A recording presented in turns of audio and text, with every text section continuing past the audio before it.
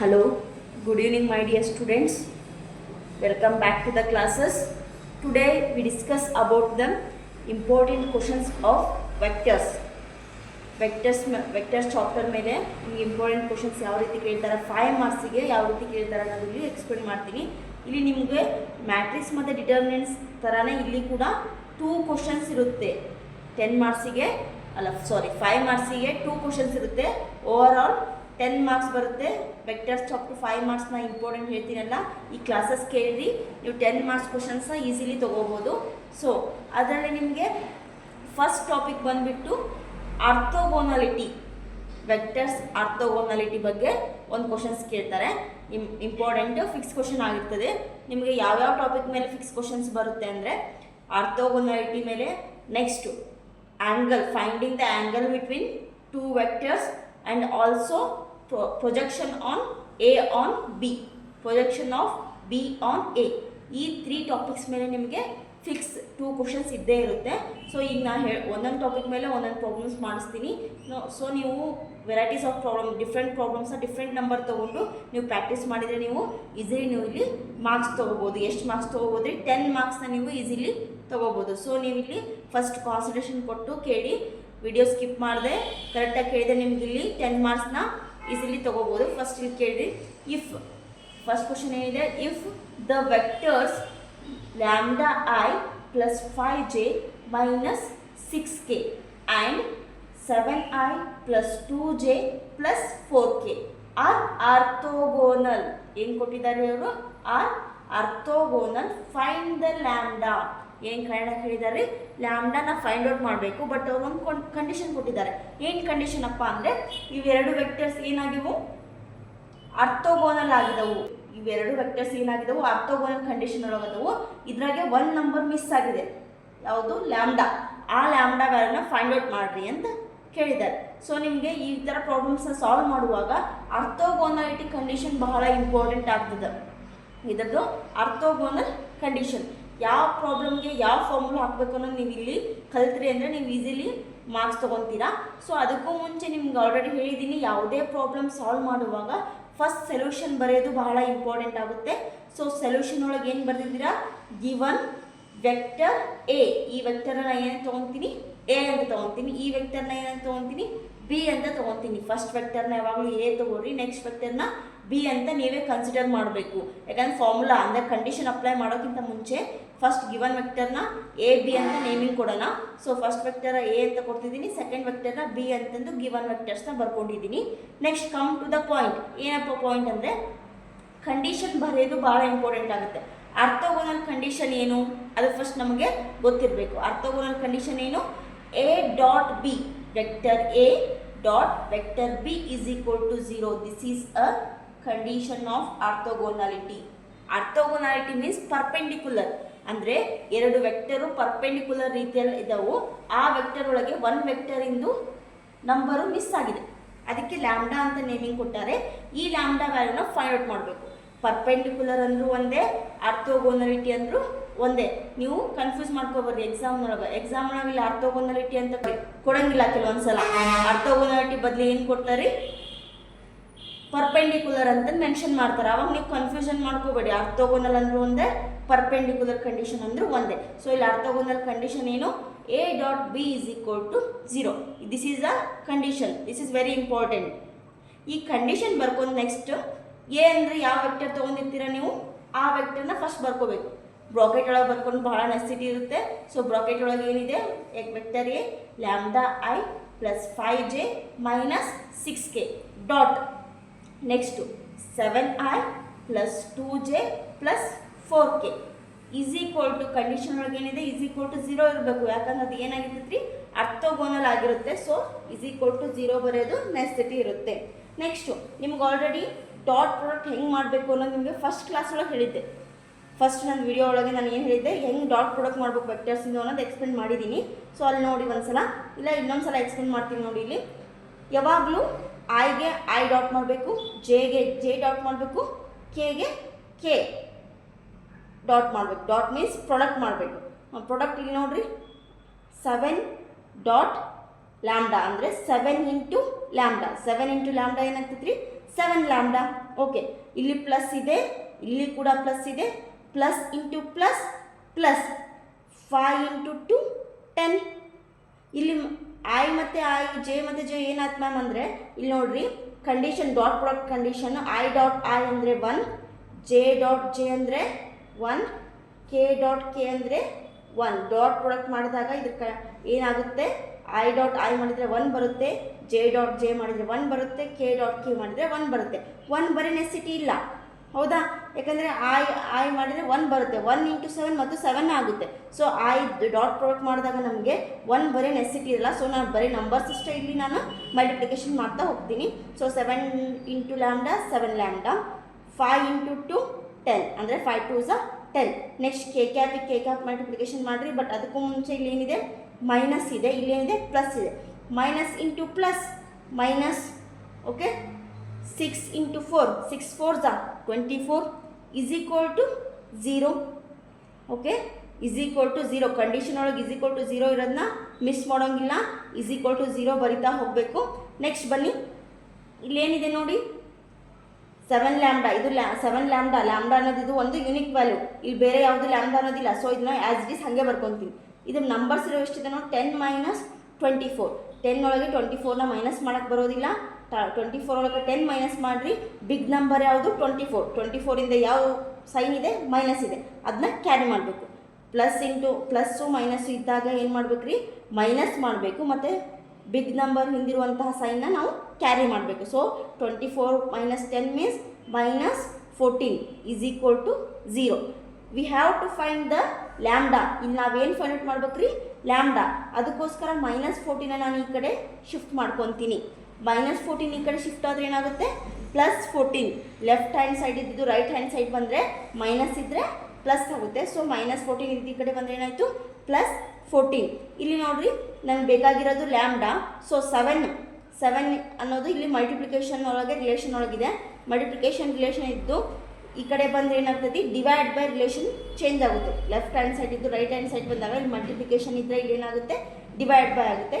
So 14 divided by 7. 14 divided by 7 ಅಂದರೆ 7 1 ಝ 7 2 ಝ. So lambda is equal to ಏನು ಸಿಗ್ತೀರಿ ನಮಗೆ, 2. This is a answer. Okay, ನೀವು ಇಷ್ಟು ಸಾಲ್ವ್ ಮಾಡಿದರೆ ನಿಮಗೆ ಈಸಿಲಿ 5 ಮಾರ್ಕ್ಸ್ ಸಿಗುತ್ತೆ.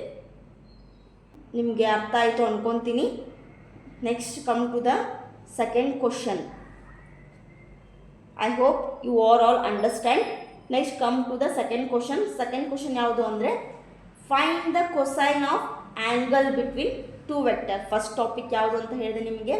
ಫಸ್ಟ್ ಒನ್ ಬರೋದು ಫೈಂಡ್ ದ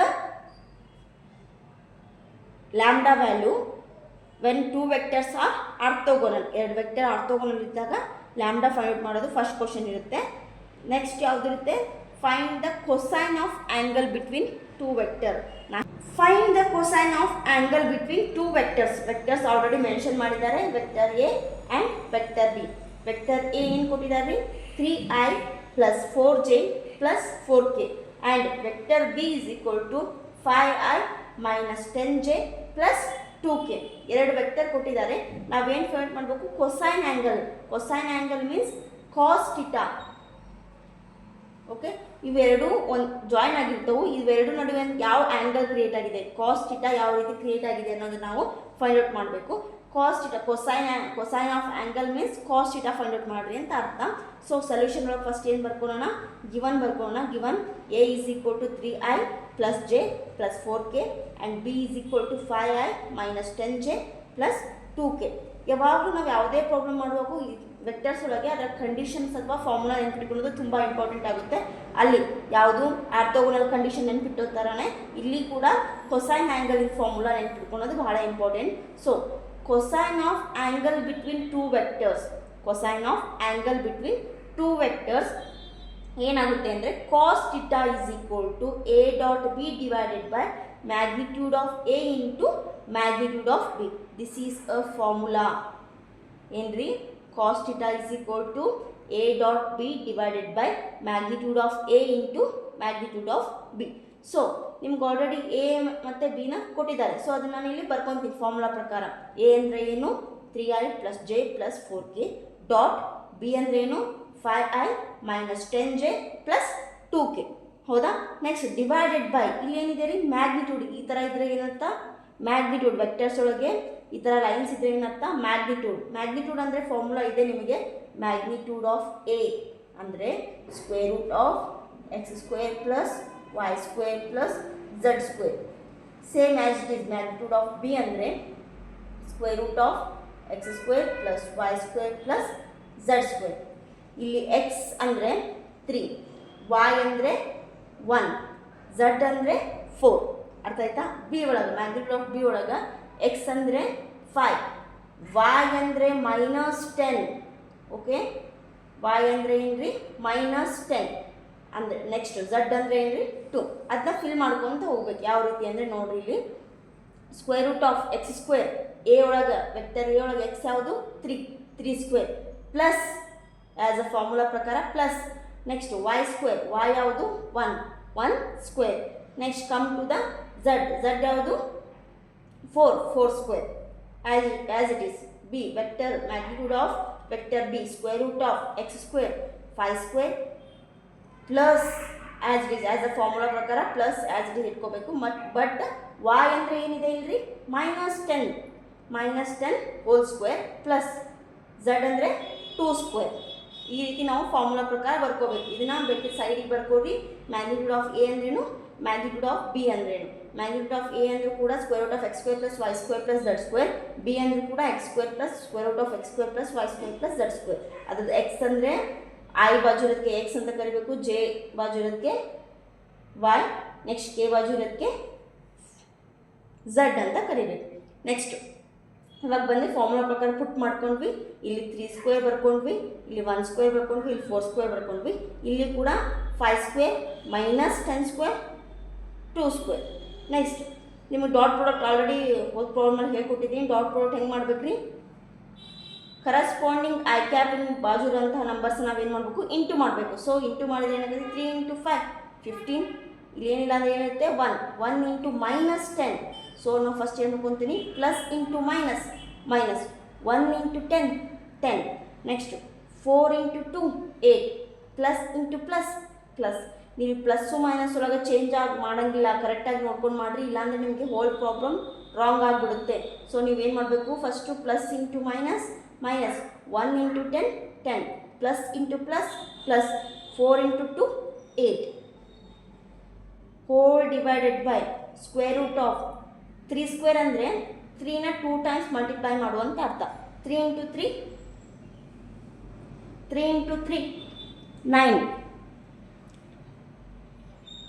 3 ಇಂಟು 3 ಏನಾಗುತ್ತೆ 9.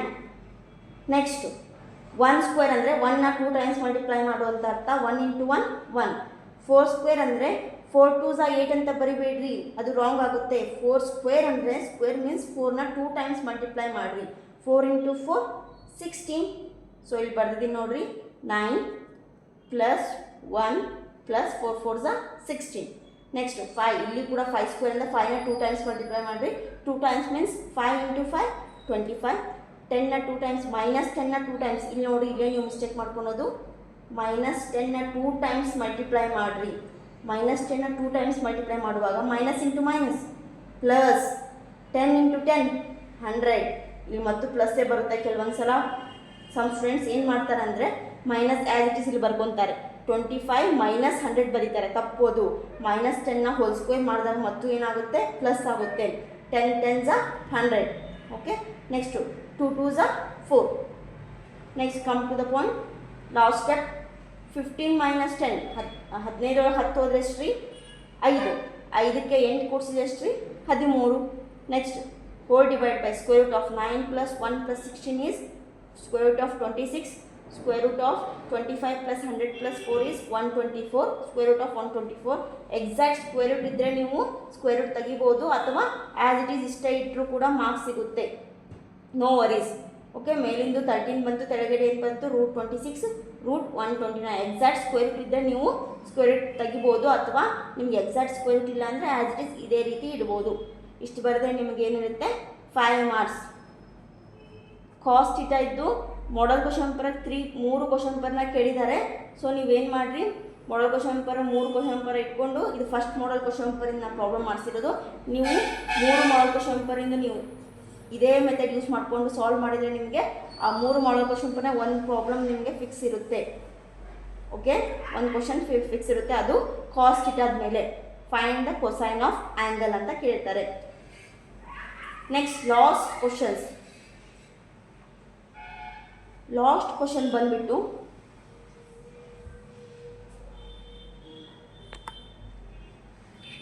find the projection of vector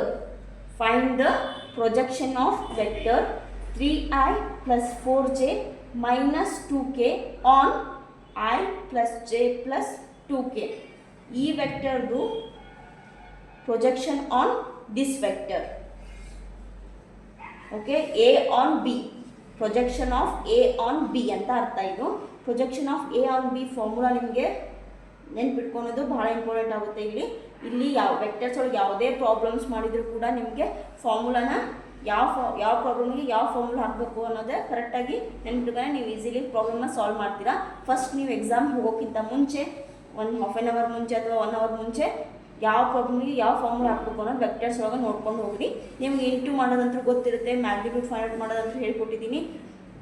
ಅದನ್ನ ಅಪ್ಲೈ ಮಾಡೋದು ಅಲ್ಲ, ಫಾರ್ಮುಲಾ ಅಂತ ತಿಳ್ಕೊಂಡು ಅದ್ರಾಗ ಅದನ್ನ ಅಪ್ಲೈ ಮಾಡೋದು ಅಷ್ಟೇ ನಿಮ್ಗೆ ಇರೋದು ಈ ಥರ ಪ್ರಾಬ್ಲಮ್ಸಲ್ಲಿ. ಸೊ ಇಲ್ಲಿ ಏನು ಹೇಳಿದ್ದಾರೆ, projection of A on B. ಈ ಫಸ್ಟ್ ವೆಕ್ಟರ್ಗೆ ನಾನು ಎ ಅಂತ ತೊಗೊತೀನಿ, ಸೆಕೆಂಡ್ ವೆಕ್ಟರ್ಗೆ ಬಿ ಅಂತ ತೊಗೊತೀನಿ. Find the projection of A on B. Solution ಏನು ಬರ್ಕೋಬೇಕು, ಫಸ್ಟ್ ಗಿವನ್ ಎ ವೆಕ್ಟರ್, ಇವರು ಎ ಬಿ ಅಂತ ಮೆನ್ಷನ್ ಮಾಡಿದ್ದಿಲ್ಲ ಅಂದರೆ ನಾವೇ ಫಸ್ಟ್ ವೆಕ್ಟರ್ಗೆ ಎ ಅಂತ ಕೊಡಬೇಕು, ಸೆಕೆಂಡ್ ವೆಕ್ಟರ್ಗೆ ಬಿ ಅಂತ ಕೊಡಬೇಕು. ಆ ಥರ ತೊಗೊಂಡು next projection of A on B, ಅದ್ರ ಫಾರ್ಮುಲಾ ಏನಂದರೆ projection of A on B. ಎದ್ರ ಮೇಲೆ ಪ್ರೊಜೆಕ್ಷನ್ ಆಗಿದೆ, ಎ ಅನ್ನೋ ವೆಕ್ಟರು ಬಿ ಮೇಲೆ ಪ್ರೊಜೆಕ್ಷನ್ ಉಂಟು ಮಾಡೈತಿ. ಅದ್ರದ್ದು ಪ್ರೊಜೆಕ್ಷನ್ ಯಾವ ಮಟ್ಟಿಗೆ ಆಗಿದೆ ಅನ್ನೋದ್ರ ಬಗ್ಗೆ ನಾವು ಫೈಂಡ್ ಔಟ್ ಮಾಡಬೇಕು. ಎಷ್ಟು ಅಮೌಂಟ್ ಆಫ್ ಪ್ರೊಜೆಕ್ಷನ್ ಅಲ್ಲಿ ಕ್ರಿಯೇಟ್ ಆಗಿದೆ ಅನ್ನೋದು ನಾವು ಫೈಂಡ್ ಔಟ್ ಮಾಡಬೇಕು. So projection of A on B is equal to A dot B divided by magnitude of B. ಅರ್ಥ ಆಯ್ತಾ? ಪ್ರೊಜೆಕ್ಷನ್ ಆಫ್ ಎ ಆನ್ ಬಿಗೆ ಬೇರೆ ಫಾರ್ಮುಲಾ, ಬಿ ಆನ್ ಎಗೆ ಬೇರೆ ಫಾರ್ಮುಲಾ ಇರುತ್ತೆ. So projection of A on B, first ವೆಕ್ಟರ್ಗೆ A ಕೊಟ್ಟಿದ್ದೀನಿ, second ವೆಕ್ಟರ್ಗೆ ಬಿ ಕೊಟ್ಟಿದ್ದೀನಿ. So A on B is equal to ಇದೇ ಫಾರ್ಮ್ನ ಬರ್ಕೋಬೇಕು. A on B is equal to A dot B divided by magnitude of B. ನಿಮ್ಗೆ dot product ಈಗ already 2 problem dot product ಯಾವ ರೀತಿ ಮಾಡೋದು ಅನ್ನೋದು ನಿಮ್ಗೆ ಆಲ್ರೆಡಿ ಗೊತ್ತಾಗಿದೆ. ಸೊ ಎ ಅಂದರೆ ಏನು ಬರ್ಕೊತೀರಾ, ಕೊಟ್ಟಿರೋಂಥ ವೆಕ್ಟರ್ಸ್ ಬರ್ಕೋರಿ 3i plus 4j minus 2k dot excuse B. Vector B ಏನು ಕೊಟ್ಟಿದ್ದಾರೆ, i plus J plus 2k. ಅದನ್ನ ಆ್ಯಸ್ ಇಟ್ ಈಸ್ ಬ್ರಾಕೆಟ್ ಒಳಗೆ ಬರ್ಕೋರಿ, ಕನ್ಫ್ಯೂಸ್ ಮಾಡ್ಕೋಬೇಡ್ರಿ. ಬ್ರಾಕೆಟ್ ಒಳಗೆ ಬರ್ಕೊಂಡು ಡಾಟ್ ಪ್ರಾಡಕ್ಟ್ನ ಮೆನ್ಷನ್ ಮಾಡಿ. Divided by magnitude of B already ಹೇಳಿದೆ ನಿಮಗೆ. ಬಿ ಅಂದರೆ square root of X square plus Y square plus Z square ಅಂತ ಹೇಳಿದ್ದೀನಿ. ಬಟ್ ನೀವು ಮ್ಯಾಗ್ನಿಟ್ಯೂಡ್ ಆಫ್ ಬಿ ಅಂದಾಗ ಬಿದ್ ಎಕ್ಸು ವೈ ಝಡ್ ತೊಗೋಬೇಕು. ನೀವು ಕನ್ಫ್ಯೂಸ್ ಮಾಡಿಕೊಂಡು ಎದ್ ಎಕ್ಸ್ ವೈ ಝಡ್ ತೊಗೋಬೇಡಿ, ತೊಗೋಬೇಡ್ರಿ. ಬಿದ್ ಎಕ್ಸ್ ವೈ ಝಡ್ ಏನಾಗುತ್ತೆ ನೋಡಿರಿ. ಎಕ್ಸ್ ಅಂದರೆ 1 ಸ್ಕ್ವೇರ್ ಪ್ಲಸ್ ವೈ ಅಂದರೆ ಇಲ್ಲಿ ಕೂಡ 1 ಇದೆ 1 ಸ್ಕ್ವೇರ್ ಪ್ಲಸ್ ಝಡ್ ಅಂದರೆ 2 square. Okay, next dot product ಯಾವ ರೀತಿ ಮಾಡೋದು ಅಂತ 3.1 ಅಂದರೆ 3 into 1 3 plus into plus 4 into 1 4 minus into plus minus 2 2s 4 whole divided by square root of 1 square means 1ನ 2 ಟೈಮ್ಸ್ ಮಲ್ಟಿಪ್ಲೈ ಮಾಡಿದ್ರಿ ಮತ್ತು 1 ಬರುತ್ತೆ. ನೆಕ್ಸ್ಟ್ 1 ಬರುತ್ತೆ. 1 ಸ್ಕ್ವೇರ್ ಅಂದರೆ 1ನ 2 ಟೈಮ್ಸ್ ಮಲ್ಟಿಪ್ಲೈ ಮಾಡಿದರೆ 1 ಬರುತ್ತೆ. 2 ಸ್ಕ್ವೇರ್ ಅಂದರೆ 2ನ 2 ಟೈಮ್ಸ್ ಮಲ್ಟಿಪ್ಲೈ ಮಾಡಿದರೆ ನನಗೆ ಏನು ಬರುತ್ತೆ 4. ಅದನ್ನ ಇಲ್ಲಿ ಬರೆದಿರೋದು ನಾನು ಇಲ್ಲಿ ಬರೆದಿರೋದು 2 into 2 is equal to 4. Next 1 plus 1 plus 4 1 plus 1 plus 4 square root of which is equals to 3 plus 4 minus 4 plus 4 cancel 3 ಅಷ್ಟೇ ಉಳಿತು 3 ಬರೀರಿ whole divided by square root of 1 plus 4 ಅಂದರೆ 1 4ನ ಎಡಿಷನ್ ಮಾಡಿದ್ರೆ ಏನು ಬರ್ತದೆ 6 ಸ್ಕ್ವೇರ್ ರೂಟ್ ಆಫ್ 6 ಇಂದು exact square root ಇಲ್ಲ. So ನಾನು square root of 6 as it is ಹಂಗೆ ಬರ್ತೀನಿ. This is the projection of A on B. ಇಲ್ಲಿ ನಿಮಗೆ ಇವತ್ತು ನಾನು 3 ಟಾಪಿಕ್ ಹೇಳ್ಕೊಟ್ಟಿದ್ದೀನಿ. ಇದೇ ಟಾಪಿಕ್ಸ್ನ ತೊಗೊಂಡು ನೀವು ಬೇರೆ ಬೇರೆ ಪ್ರಾಬ್ಲಮ್ಸ್ನ ಸಾಲ್ವ್ ಮಾಡಿ ಇದೇ ಟಾಪಿಕ್ಸ್ ಮೇಲೆ ನಿಮಗೆ ಎಕ್ಸಾಮಿಗೆ ಬರೋದು. ಒಂದು ಯಾವುದು ಪ್ರೊಜೆಕ್ಷನ್ ಮೇಲೆ, ಇನ್ನೊಂದು ಕಾಸ್ಟ್ ಇಟಾ, ನೆಕ್ಸ್ಟ್ ಬಂದುಬಿಟ್ಟು ಆರ್ಥೋಗೋನಾಲಿಟಿ ಬರುತ್ತೆ, ಪ್ರೊಜೆಕ್ಷನ್ ಬರುತ್ತೆ ಮತ್ತು ಕಾಸ್ಟ್ ಇಟಾ ಬರುತ್ತೆ. ಈ 3 ಟಾಪಿಕ್ ಮೇಲೆ ನಿಮಗೆ 2 ಕ್ವಶನ್ಸ್ ಮಾತ್ರ ಫಿಕ್ಸ್ ಇರುತ್ತೆ. ಸೊ ಈ ಟಾಪಿಕ್ ಮೇಲೆ ಬೇರೆ ಬೇರೆ ಪ್ರಾಬ್ಲಮ್ಸ್ ತೊಗೊಂಡು ಬೇರೆ ಬೇರೆ ನಂಬರ್ಸ್ ತೊಗೊಂಡು ನೀವು ಸಾಲ್ವ್ ಮಾಡಿ ಈಸಿಲಿ ಮಾರ್ಕ್ಸ್ನ ನೀವು ಗ್ರ್ಯಾಬ್ ಮಾಡ್ಬೋದು. ಐ ಹೋಪ್ ನಿಮ್ಗೆಲ್ಲರಿಗೂ ಅಂಡರ್ಸ್ಟ್ಯಾಂಡ್ ಆಯಿತು ಅಂದ್ಕೊತೀನಿ. Thank you. ಎಕ್ಸಾಮ್ಸು ಇನ್ನು 10 ಡೇಸ್ ಅಷ್ಟೇ ಉಳಿದಿರೋದು. ಚೆನ್ನಾಗಿ ಓದ್ಕೊಳ್ಳಿ. ಇದೇ ಮಂತು 13th ಇರೋದು ಎಕ್ಸಾಮು, 13th ಎಕ್ಸಾಮ್ ಇರೋದು. ಸೊ ನೀವು ಚೆನ್ನಾಗಿ ಓದ್ಕೊಳ್ಳಿ, ಚೆನ್ನಾಗಿ ಸ್ಕೋರ್ ಮಾಡಿ. If you have any doubt, please comment below. Thank you all. Good night.